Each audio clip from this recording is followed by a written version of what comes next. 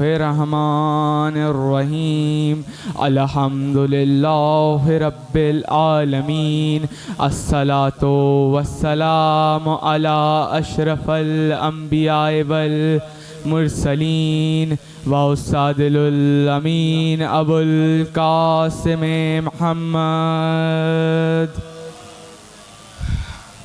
व आले मोहम्मद। तमाम तारीफ़ें और हम्दो सना ज़ाते परवरदिगार आलम के लिए और तमाम दुरूद व सलाम ज़ाते मोहम्मद व आले मोहम्मद के लिए। एक मरतबा दुरूद पढ़ते मोहम्मद व आले मोहम्मद की ज़ात पर। अज़ीज़ान गिरामी, मुझे आपकी खिदमत के अंदर दो शख्सियात से मुताल्लिक पेश करना है, एक हज़रत अब्बास से, एक और मौलाए कायनात से। कौन है मौलाए कायनात? कौन है अली बिन अबी तालिब? रसूल के लश्कर के अलम बरदार को अली कहते हैं। और अब जुमला सुनिए, हुसैन के लश्कर के अलम बरदार को अब्बास कहते हैं। हुसैन के लश्कर के अलम बरदार को अब्बास कहते हैं। रसूल क्या फरमा रहे हैं कि अपनी मजलिसों को अली के ज़िक्र से जीनत बख्शो, यानी नबी की पसंद है कि मजलिसों में ज़िक्र अली किया जाए। क्यों? क्योंकि ज़िक्र अलीउन इबादा, अली का ज़िक्र करना इबादत है, अली का ज़िक्र करना इबादत है। और ये वो ज़िक्र है जिसके लिए नबी कह रहे हैं कि अगर ज़मीन व आसमान पर लिखा जाए, जिन्नात लिखने वाले हों, इंसान गिनने वाले हों, सारे दुनिया के दरख्त कलम बन जाए, सारा समंदर सिहाई बन जाए, सब कुछ खत्म हो जाएगा, अली के फजाइल खत्म नहीं होंगे।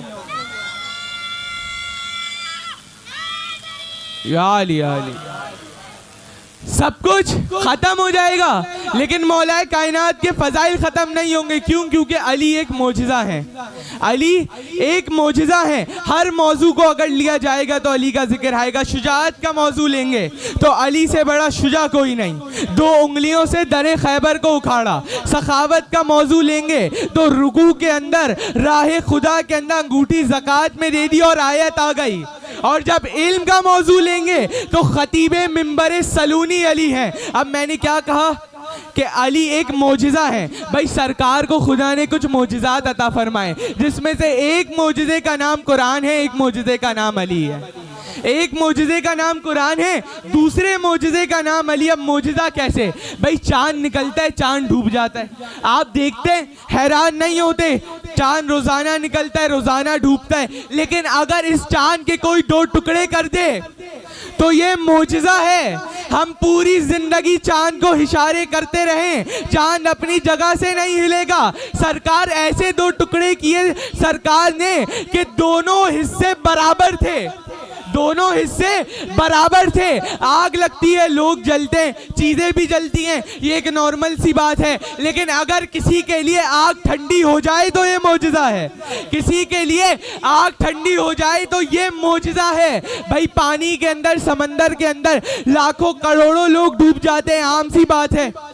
लेकिन किसी के लिए समंदर में रास्ता बन जाए, भाई किसी के लिए समंदर में रास्ता बन जाए तो ये मोजिज़ा है। और ऐसा रास्ता बने कि मूसा गुजरे और पानी की एक छींट भी लिबास में ना। आप जुमला अर्ज कर रहा हूँ, मैंने कहा चांद के 2 टुकड़े हो जाए मोजिज़ा, आग ठंडी हो जाए मोजिज़ा, मूसा के लिए रास्ता बन जाए मोजिज़ा। सूरज मशरिक से निकलता है, मगरिब में ढूंढता है, आम सी बात है। लेकिन अगर किसी के लिए पलट कर आ जाए, अगर किसी के लिए सूरज पलट कर आ जाए तो ये मोजिज़ा है। लोग इसे दारिंदा इसरार जरी कहते हैं, कुछ लोग इसे हक का वली कहते हैं, और जिसे डूबा हुआ सूरज भी पलट कर देखे हम उसे अपने अकीदे में अली कहते हैं।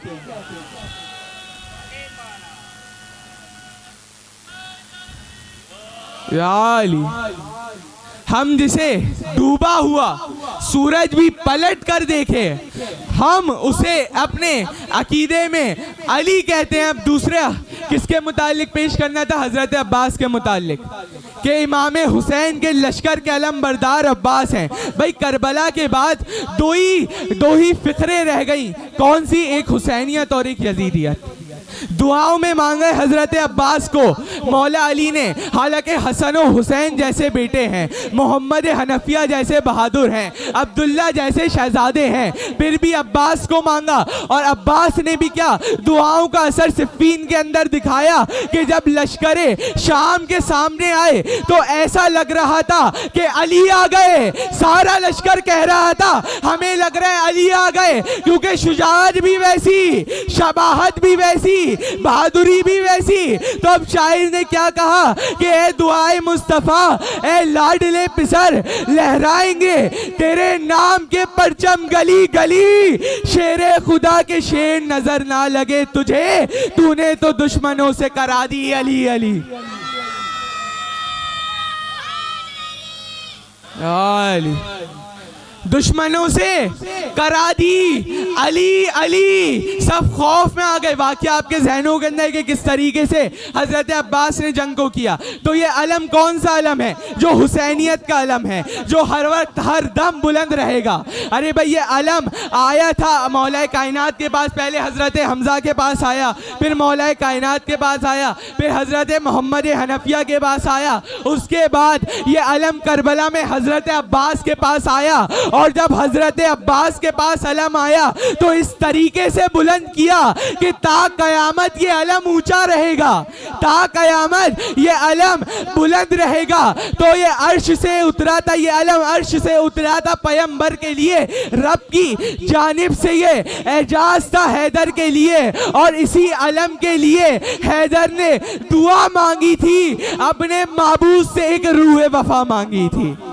इसी अलम के लिए हैदर ने दुआ मांगी थी, अपने माबूद से एक रूह वफा मांगी थी। और जब कभी कहीं भी फिजाओं में ये अलम लहराता है, लब पे बेसाख्ता अब्बास का नाम आता है।